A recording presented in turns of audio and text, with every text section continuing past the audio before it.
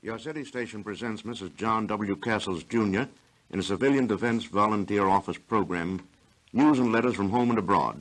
Mrs. Castles. Good morning, radio friends. With all the good news we read and hear from both battlefronts, we would be less than human if our hearts did not rejoice and our minds look forward to the final achievement of those cruelly betrayed words, peace in our time. And yet, Mr. Child. And yet, Mrs. Castles? And yet we have a grave responsibility that we, each one of us, must assume if we are really to make these words, this peace we so long for, come true. I agree with you up to a point. I agree that the responsibility for peace is a heavy one, but I do not see exactly that it is an individual responsibility. It seems to me to be the responsibility of the statesman in the respective governments, people trained for the job, and not the responsibility of the man in the street. Where you have representative government, Mr. Child, the man in the street must always bear the responsibility for government action, for it is he who elects the government that is to take the action. Yes, that's true. The better informed we are, the more sure we can be that the action taken by our elected government is the kind of action we want. It has never been as important for us to be well informed as right now, when we stand on the threshold of a new world. What kind of a world do we want it to be, Mr. Child? A world of peace. Certainly. That is the hope of every mother and father, every man, woman, and child. But peace does not come of itself, nor does it remain of itself. It needs machinery to make it work, machinery in which all the responsible nations of the world can participate. That was the original idea of the League of Nations, wasn't it? Yes, but two things happened there. One was the failure of the United States to join the League. This was due in a large measure to the failure of the man on the street to inform himself on the necessity for and purpose of the League of Nations. The second reason for the ultimate breakdown of the League was that its machinery lacked an important part, the power of enforcement. You think this time we can do better? As the result of the most tragic wars in the history of mankind, we have been given a second chance. I do not think it is a question of we can do better, Mr. Child. It is a question of we must do better. In common decency, to the future of the world, we must do everything possible to create the machinery to not only establish peace in our time, but to keep peace in the long time to come. Well, how do you think we can do it? Every person in this country who can read or hear has read or heard of Dumbarton Oaks and the coming San Francisco Conference. However, many people may have only a general sort of a picture of what it is all about. It is essential that everyone should clearly and specifically know what it is all about and the issues involved. But how do you think we can do this, Mrs. Castles? By reading, listening, discussing. Let's eavesdrop on a family over here, Mr. Child. You'll see what I mean. What are you doing, Philip? I'm reading an article on Dumbarton Oaks, Margaret. Don't talk to me, dear. I want to concentrate. Oh, Phil, I heard such a funny story about that the other day. Someone asked a man what he thought about Dumbarton Oaks, and he said, as far as he was concerned, he preferred New England elms. Don't you think that's funny, Philip? No, Margaret. Now, please be quiet. I'm trying to understand this thing, with the San Francisco Conference starting pretty soon. Oh, Philip, you're not planning to go, are you? Well, of course not, dear. Nobody's going except the representatives of all the nations involved. Well, then I don't see why in the world you should bother your head about it. All I wish is that these dreadful wars would be over and that our John would come home. Yes, I do too, Margaret. But I'm interested in what kind of a world John comes home to. If he has offered his life for a world that'll go on fighting and grabbing and killing in even more cruel and dreadful ways, it's you and I and the thousands of us here at home who'll be to blame. Philip, how can you say that? You know perfectly well that if we, as you say, and thousands like us had any power to do anything, why, we would have done something to stop the war. You don't think anyone wanted to see their sons go to war, do you? We couldn't do anything about it. It's statesmen and presidents and things. It's not people like us. Hello, you two. Oh, hello. Come in, Duncan. Janet and I thought we'd just drop in. George and Alice are coming, too. We met them on the way over. What was it you were saying about it's not people like us, Margaret? We couldn't help hearing what you were saying, dear, as we came in. Well, Margaret was saying that people like us, the man in the street, have no say when it comes to wars or peace. Oh? You know, Margaret, I rather believe it is people like us who have things to say. Well, I don't see how, Duncan. You and Janet didn't want your boys fighting in the Pacific, but you couldn't do anything about it. And George and Alice, well, they couldn't do anything to keep their boy from being killed. It's not... Hush, Margaret.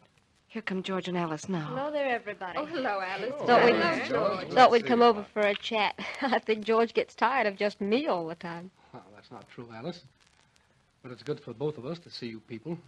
What's that you're reading, Phil? Oh, I was trying to read an article on Dumbarton Oaks, but my dear wife Margaret decided otherwise. Philip, what nonsense. I was just saying that I thought he was silly to bother his head about it. It'll all be settled for us anyway. Well, wait a minute, Margaret. Settle for us anyway may not be what we want. I, for one, want to be darn sure that what comes out of San Francisco is something that's going to work. Yes, I do too, George. I think it's our business to know. Oh, I think it's more than our business, Janet. It's our responsibility. I feel that very strongly.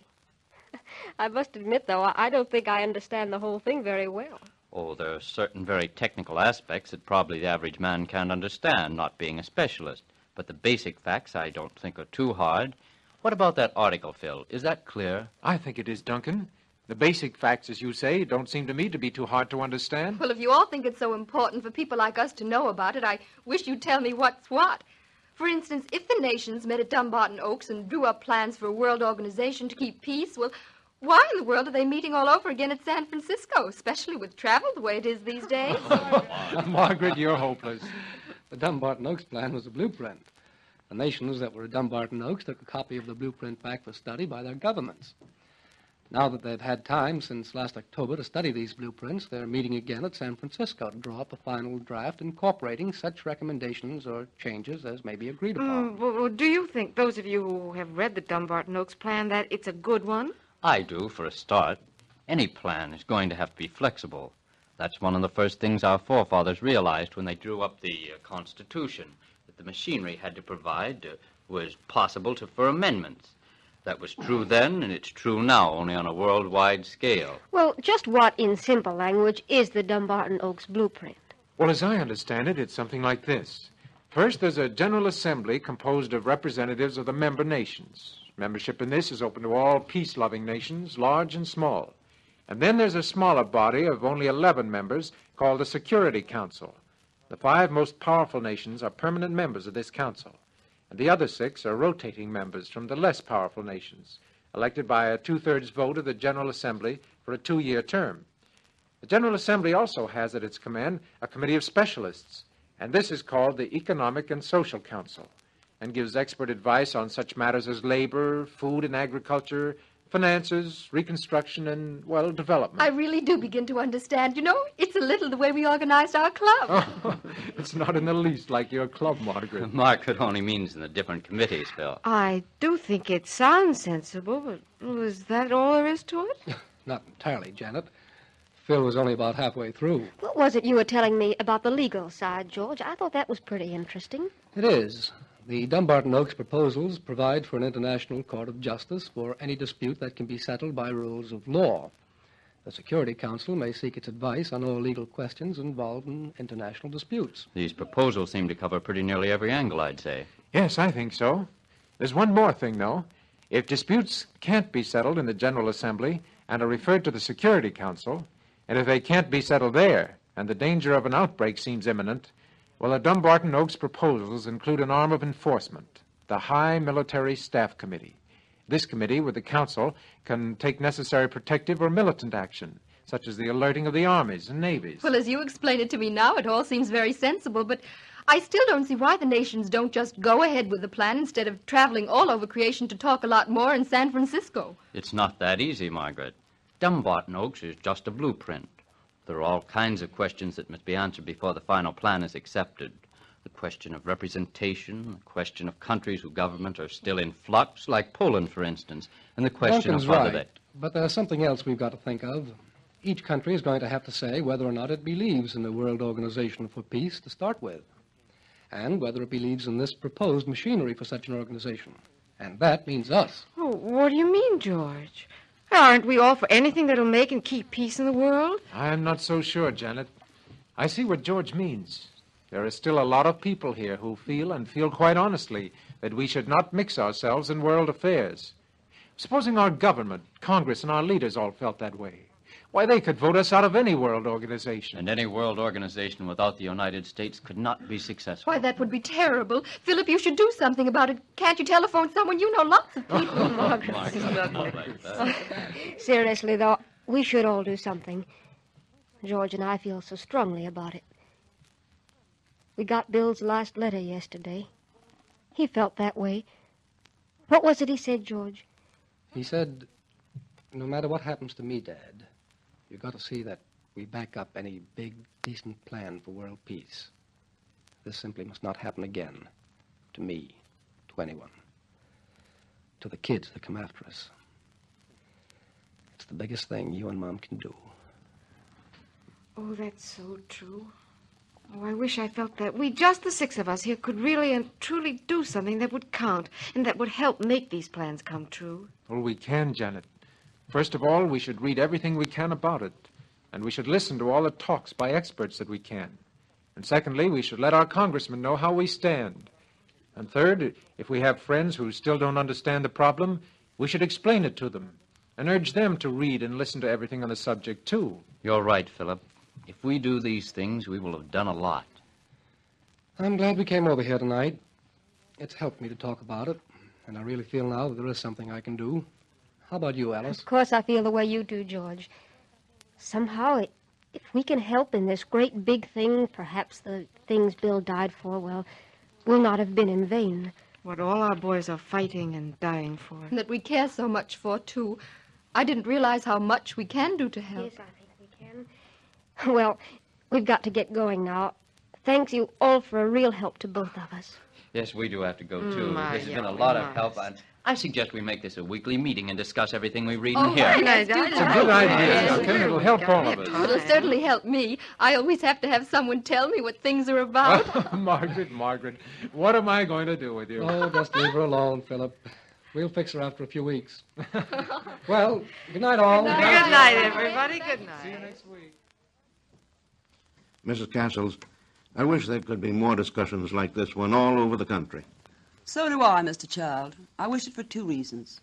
One, because I think many of us are genuinely confused.